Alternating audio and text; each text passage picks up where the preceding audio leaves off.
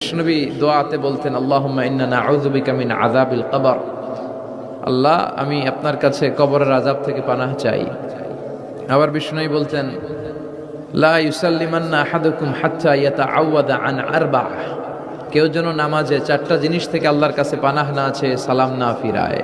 প্রত্যেকে যেন সালাম ফিরানোর আগে পরে আল্লাহুম্মা ইন্না নাউযু বিকা মিন আযাবিল কবর ওয়া নাউযু বিকা মিন আযাবি জাহান্নাম ওয়া নাউযু বিকা মিন ফিতনাতিল মাহইয়া ওয়াল মামাত ওয়া নাউযু বিকা মিন ফিতনাতিল মাসিহিদ দাজ্জাল।